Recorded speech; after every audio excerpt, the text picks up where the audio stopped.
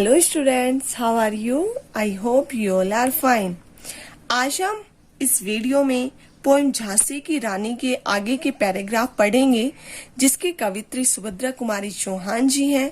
इस पोएम के 12 पैराग्राफ हमने हमारी पिछली 2 वीडियो में पढ़ लिए थे कि किस तरह से अंग्रेजों को साम्राज्य भारत में फैला लिया, किस तरह से भारत के राज्य अंग्रेजों के अधीन हो गए, भारतीय रानियों की स्थिति कैसी हो गई, किस तरह से लोग दुखी हो गए, किस तरह से लोगों में अंग्रेजों के विरुद्ध विद्रोह शुरू हो गया, किस तरह से श्रेष्ठ योद्धाओं ने युद्ध क्षेत्र में भाग लिया, वे बलिदान हो गए आदि।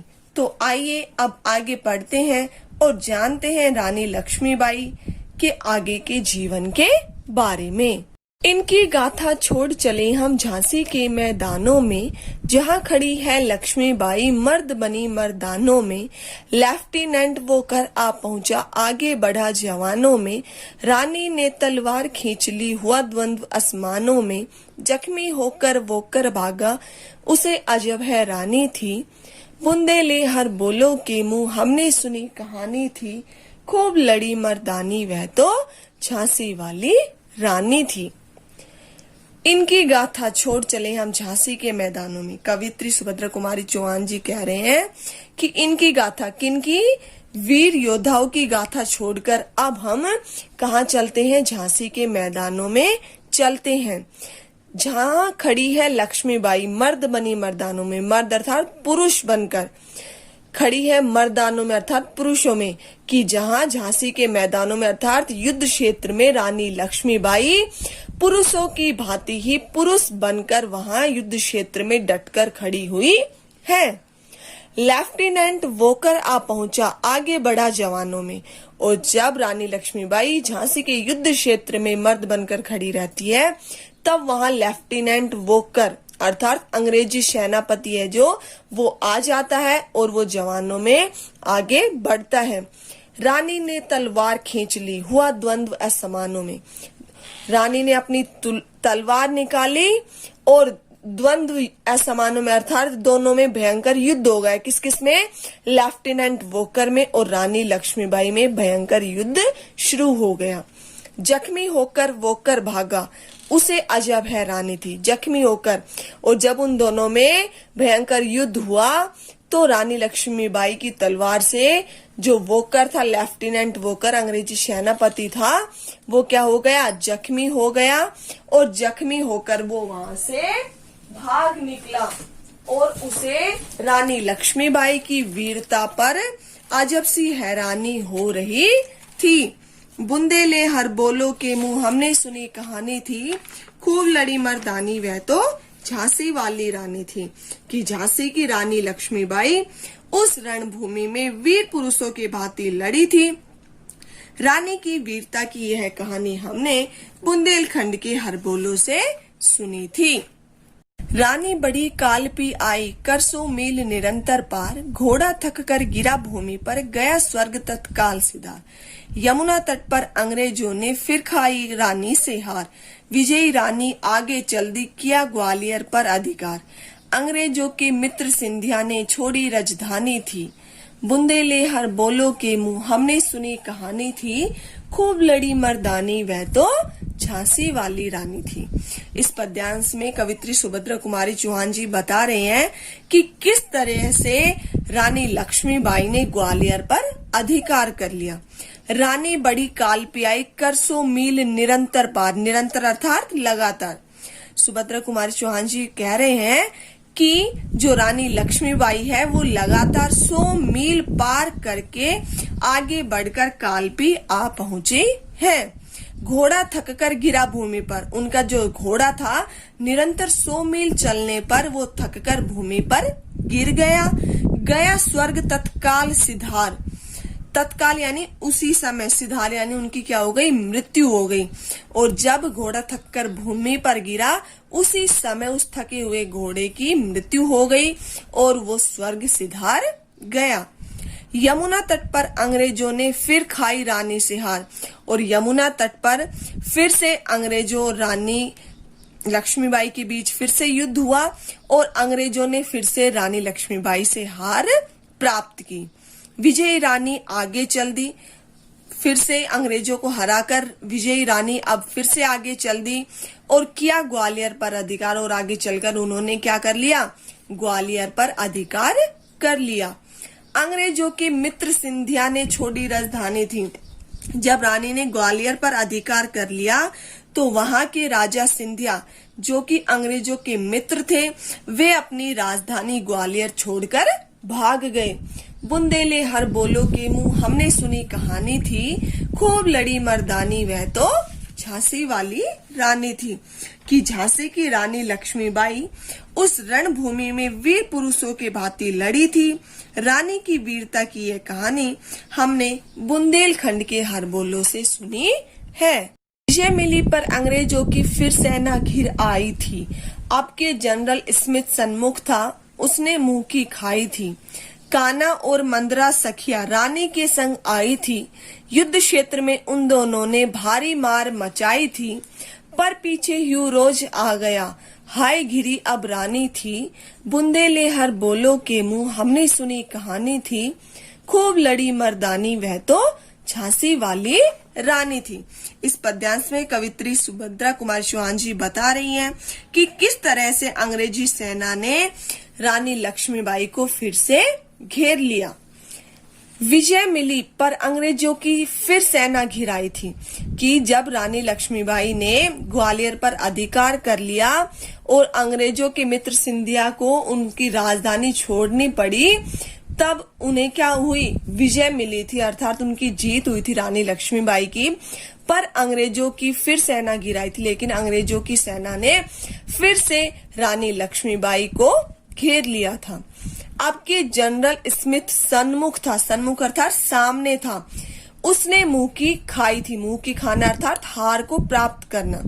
कि इस बार रानी लक्ष्मीबाई के सामने जनरल स्मिथ था और उसने भी रानी लक्ष्मीबाई से मुंह की खाई अर्थात हार प्राप्त की। काना और मंदरा सखिया रानी के संग आई थी। सखिया अर्थात सहेलिया। कि रानी लक्ष्मीबाई के संग अर्थात साथ में उनकी दो सहेली काना और मंदरा आई थी।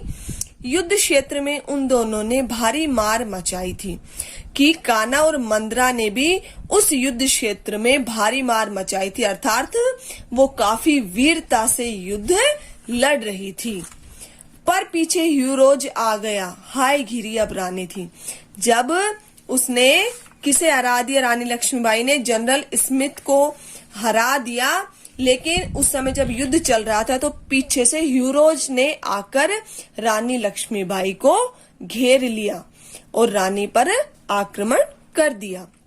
बुंदेले हर बोलो के मुंह हमने सुनी कहानी थी, खूब लड़ी मर्दानी वह तो झांसी वाली रानी थी। कि रानी झांसी की रानी लक्ष्मीबाई उस रणभूमि में वीर पुरुषों के भांति लड़ी थी। रानी की वीरता की यह कहानी हमने बुंदेलखंड के हर बोलो से सुनी थी। तो भी रानी मार काट कर चलती बने सैन्य के पार, किंतु सामने नाला आया था यह संकट विषम अपार। घोड़ा अड़ा नया घोड़ा था, इतने में आ गए सवार। रानी एक शत्रु बहु तेरे, होने लगे वार पर वार। घायल होकर गिरी सिंहनी, उसे वीर गति पानी थी। बुंदेले हर बोलो के मुंह हमने सुनी कहानी थी, खूब लड़ी मर्दानी वह तो झांसी वाली रानी थी। इस पद्यांश में कवित्री बता रही हैं कि किस तरह से रानी लक्ष्मीबाई अंग्रेजी सेना को मार काट कर आगे चलती रही। तो भी रानी मार काट कर चलती बनी सैन्य के पार। महारानी लक्ष्मीबाई जब चारों तरफ से अंग्रेजी सेना से घिर चुकी थी, लेकिन फिर भी रानी लक्ष्मीबाई वीरता पूर्वक लड़ती हुई वे अंग्रेजी सेना को मारती काटती हुई उनके पार चली गई। सैन्य के पार अर्थात सेना के पार। किंतु सामने नाला आया था यह संकट विषम अपार। जब वो अंग्रेजी सेना को मार काट कर आगे बढ़ गई तो उनके सामने एक बड़ा सा नाला आ गया था यह संकट विषम अपार। और जो ये संकट था वो बहुत ही कठिन था, बहुत ही बड़ा था। घोड़ा अड़ा नया घोड़ा था और जब उस सामने उस बड़े से नाले को देखकर घोड़ा वहीं अड़ गया, अर्थात वहीं रुक गया, क्योंकि वो क्या था, नया घोड़ा था। क्योंकि रानी लक्ष्मीबाई का जो घोड़ा था उसकी तो क्या हो गई थी, मृत्यु हो गई थी, और उसकी मृत्यु के बाद रानी लक्ष्मीबाई ने दूसरे घोड़े को लिया था, तो घोड़ा नया था, इसलिए वो वहीं पर रुक गया और इतने में आ गए सवार, और इतने में ही पीछे से अंग्रेजी सवार आ गई। रानी एक शत्रु बहु तेरे होने लगे वार पर रार, कि रानी तो वहां अकेली रह गई और शत्रु बहु तेरे अर्थात असंख्य, और शत्रु वहां पर असंख्य आ गए और वहां पर होने लगे वार पर वार, कि रानी एक और शत्रु असंख्य होने के कारण वहां पर वार होने लगे। घायल होकर गिरी सिंघनी, उसे वीर गति पानी थी, और रानी उस समय घायल होकर पृथ्वी पर गिर गई क्योंकि उसे वीर गति पानी थी, अर्थात उनकी उस समय क्या हो गई, मृत्यु हो गई। सिंघनी यहाँ रानी लक्ष्मीबाई के लिए कहा गया है, क्यों, क्योंकि वो शेरनी की तरह हिम्मत से लड़ी थी। बुंदेले हर बोलो के मुंह हमने सुनी कहानी थी, खूब लड़ी मर्दानी वह तो झांसी वाली रानी थी, कि झांसी की रानी लक्ष्मीबाई उस रणभूमि में वीर पुरुषों के भांति लड़ी थी। रानी की वीरता की यह कहानी हमने बुंदेलखंड के हर बोलो से सुनी है। रानी गई सिधार, चिता अब उसकी दिव्य सवारी थी, मिला तेज से तेज, तेज की वह सच्ची अधिकारी थी। अभी उम्र कुल 23 की थी, मनुज नहीं अवतारी थी, हमको जीवित करने आई बन स्वतंत्रता नारी थी। दिखा गई पथ, सिखा गई हमको जो सीख सिखानी थी, बुंदेले हर बोलो के मुंह हमने सुनी कहानी थी, खूब लड़ी मर्दानी वह तो झांसी वाली रानी थी। इस पद्यांश में कवित्री जी बता रही हैं कि रानी लक्ष्मीबाई को वीर गति प्राप्त होने के बाद अब चिता ही उनकी दिव्य सवारी थी। रानी गई सिधार, अर्थात रानी की मृत्यु हो गई है, रानी वीर गति को प्राप्त हो चुकी है। चिता अब उसकी, किसकी, रानी लक्ष्मीबाई की दिव्य यानी अलौकिक सवारी थी, और अब उनकी चिता ही उनकी अलौकिक सवारी थी। मिला तेज से तेज, रानी स्वयं तेज से परिपूर्ण थी और उनको मिल गया तेज से तेज, अर्थात उनकी चिता रूपी तेज भी उनसे मिल गया, कि रानी लक्ष्मीबाई का उनकी चिता रूप तेज उनसे मिल गया।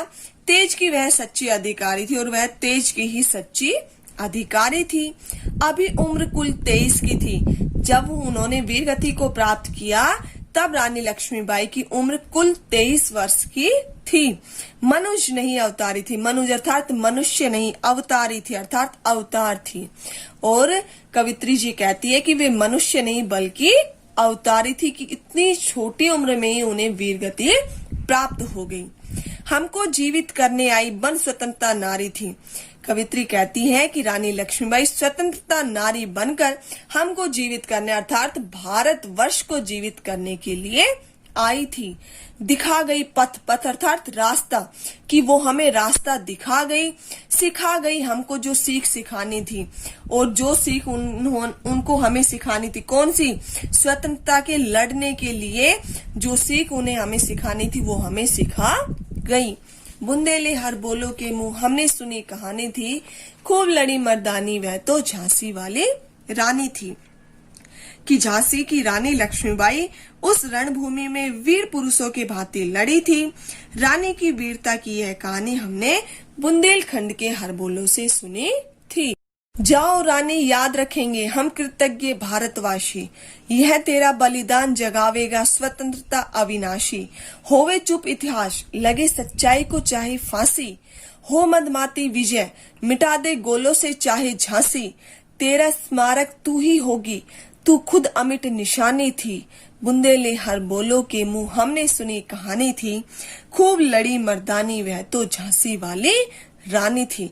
प्रस्तुत पद्यांश में कवित्री सुभद्रा कुमार चौहान जी ने रानी लक्ष्मीबाई के स्मारक को कभी न मिटाए जाने के बारे में बताया है, और वो कह रही हैं कि जाओ रानी याद रखेंगे हम कृतज्ञ, कृतज्ञ किसे कहते हैं, किए हुए उपकार को मानने वाला, उसे हम क्या कहते हैं, कृतज्ञ भारतवासी। कि हम भारतवासी जो आपने हम पर उपकार किया है, उस उपकार को मानते हुए रानी हम सदैव आपको याद रखेंगे।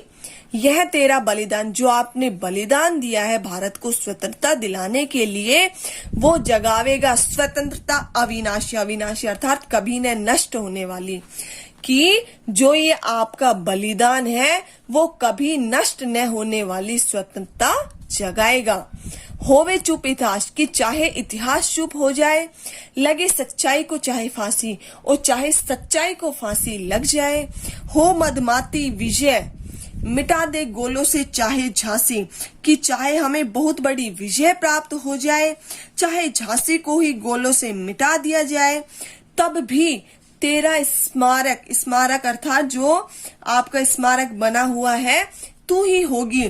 कि जो आपकी अमर स्मृतियां है, तू खुद अमिट निशानी थी। अमिट यानी कभी न मिटने वाली निशानी अर्थात पहचान थी।